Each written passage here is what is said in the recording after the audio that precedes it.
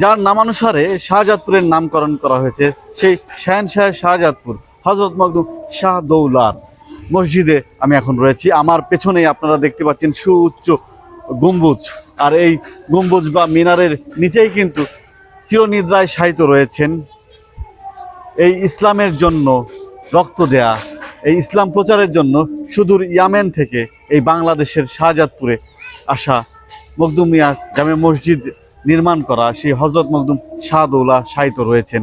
আর তার সাথে তার ওস্তাদজি এবং সফর সঙ্গীরা এসেছিলেন। তার ওস্তাদজির মাজারও কিন্তু এখানে রয়েছে। আমরা দেখতে পাচ্ছি যে হযরত শাহ শামসুদ্দিন রাদিয়াল্লাহু তাআলা আনহু এর মাজার এখানে রয়েছে।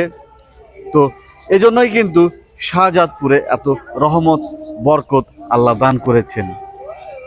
শাহজাদপুরের মানুষ সব জায়গাতেই কিন্তু শ্রদ্ধা এবং সম্মান পায়।